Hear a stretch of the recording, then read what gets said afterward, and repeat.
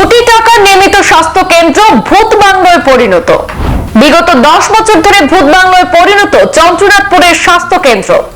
বড়খলার প্রাক্তন বিধায়িকা ডক্টর রুমি নাথের আমলে নির্মাণ কাজ শেষ হলেও আজ পর্যন্ত উদ্বোধন হয়নি স্বাস্থ্য কেন্দ্রের। স্বাস্থ্য কেন্দ্রটি চালুর দাবিতে বারবার আবেদন জানানো সত্ত্বেও নীরব ভূমিকায় বিভাগীয় কর্তৃপক্ষ। প্রায় 10 বছর আগে বড়খলার প্রাক্তন বিধায়িকা ডক্টর রুমি নাথের আমলে নির্মাণ করা হয়েছিল বড়খলার চন্দ্রনাথপুর জিপি স্টেশন টিলার সেই স্বাস্থ্য কেন্দ্র। এরপর থেকে আজ পর্যন্ত সেটি আর কোনোদিন উদ্বোধনই করা হয়নি। কোটি টাকার স্বপ্নে সেই স্বাস্থ্য কেন্দ্র ভূত বাংলায় পরিণত হয়েছে।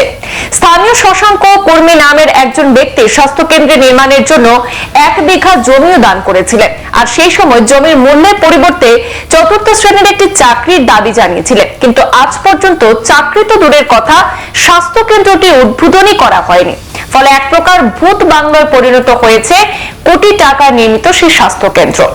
জমিদাতা শশাঙ্ক কর্মী সংবাদ মাধ্যমকে জানান, বৃহত্তর পাহাড়ি অঞ্চলের মানুষ স্বপ্ন দেখেছিলেন যাতে পাহাড়ি অঞ্চলের মানুষ বড়খলা এবং সোনাপুর স্বাস্থ্য কেন্দ্রে না গিয়ে তাদের এলাকায় চিকিৎসা করাতে পারবে, কিন্তু তা আর হলো না। এছাড়াও বাঁদরের উপদ্রবে স্বাস্থ্য কেন্দ্রের বহু আসবাবপত্র বিনষ্ট হয়ে গেছে। স্বাস্থ্য কেন্দ্রটি চালুর দাবিতে রাজ্যের মুখ্যমন্ত্রী এবং কাছাড়ের জেলা শাসকের আশু হস্তক্ষেপ কামনা করেছেন ভুক্তভোগী জনগণ। জায়গাটার নাম হলো চন্দ্রনাথপুর স্টেশন টিলা। এই হসপিটালটা কবে এটা শিলান্যাস হয়েছিল আর কি হয়েছে? এটা প্রায় রবীন্দ্রনাথ আমলে প্রায় 9-10 বছর যে সময় এমএলএ ছিলেন তখন এটা রবীন্দ্রনাথ এমএলএ থাকায় এটা টাইম শিলান্যাস করছিল। আমার চন্দ্রনাথপুরে কেউ জায়গা দিছিল না, আমি চন্দ্রনাথপুর এলাকায় জায়গা দিছি। এখানে মেম্বার প্রেসিডেন্ট সবাই আমার বলছে জায়গা 1 বিঘা দিবাইনি, তোমার তো জায়গা বেশি আছে। আমি ঠিক আছে আমি দিব, আমার একটা চাকরি লাগবে। 2টা চাকরি কইছে আমার দিব, যেসা হোক ছোটখাটো 2টা চাকরি দেওয়ার লাগি রবীন্দ্রনাথ আমার কইছে। আমি বলছি ঠিক আছে আমি 1 বিঘা জায়গা দিব, জায়গার মূল্য আমি নিতাম না, আমি লাগতো না আমার, আমি জায়গা দিব 1 বিঘা। ওর পরের দিনই পলাপট রবীন্দ্রনাথের শিলান্যাস করিয়া গেছেন এবং এর কাম শুরু হয়েছে। আজ প্রায় 10 বছর হয়েছে, এখনো কিছু উদ্বোধন হয় নাই, এখনো কিছু সরকারের কোনো এটা জানি না। আমি সরকারের কাছে আমি দিয়া দিছি, এখন কবে আলোচনা করব, কবে এটা উদ্বোধন করব এটাও সরকারে জানে। কাজ শেষ নাই, এখন বেড বাকি। আর ভিতরে কিছু বান্দরে ঢুকিয়া ছাদ নষ্ট করছে, চুরি হয়েছিল ফ্যান এবং পিছের দিকে ল্যাট্রিনের পাইপও চুরি হয়েছে।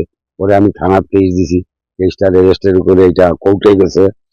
কোর্টে গিয়ে আমার ম্যাজিস্ট্রেটে ডাকাইছে যে তুমি কেস চালাইবাইনি। আমি বলছি না, আমি কার উপরে চালাই না, এটা রেজিস্টার করে আমার কেস দিতে গেছিল এই গুয়াহাটির রূপন বর্মন।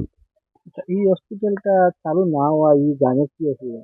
বহুত অসুবিধা। আমরাও তো যাইতে লাগে সোনাপুর হসপিটাল এবং মেডিকেল, এবং কোনো ডেলিভারি কেস লিয়ে গেলে আমরা এখান থেকে পেপার দিলে মেডিকেল ঘুঙ্গুর নিয়ে যাইতে লাগে, এইখানে কোনো পাওয়া যায় না। এর লাগি আমরা অসুবিধা। চালু হইলে কি অসুবিধা? না, চালু হইলে আমরা 10-এর সুবিধা, আমার একার না 10 জনের সুবিধা। এখানে একজন বেমারি লইয়া গেলে হঠাৎ গাড়ি পাওয়া যায় না, রাস্তাঘাট ঠিক নাই। আমাদের এখানে জঙ্গলের ভিতরে হঠাৎ আমরা গাড়ি পাওয়া মুশকিল। এরপরে আমরা রুগী অবস্থা খারাপ হয়, নানান রকম অসুবিধা। সরকারের কাছে কি দাবি রাখবো? সরকারের কাছে দাবি রাখবো আমরা হসপিটালটা উদ্বোধন হোক, এটাই আমি অনুরোধ করি। বর্তমানে হসপিটালের অবস্থা কিরকম? বর্তমানে অবস্থা তো বহু শোচনীয়, খারাপ। চারিদিকে জঙ্গল এবং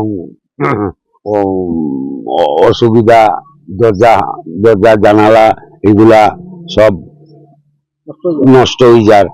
আজ 10-15 বছর হয়েছে এখানে কোনো মানুষজনের ঢোকারও রাস্তা নাই। কারে কে ঢুকবো, এখানে কেউ থাকার মতো তো জায়গা নাই, একমাত্র আমি দেখভাল করি, এরকমই হয়েছে আর কি। সংবাদ এই পর্যন্তই, ফিরছি পরবর্তী অন্যান্য আপডেট নিয়ে। ধন্যবাদ।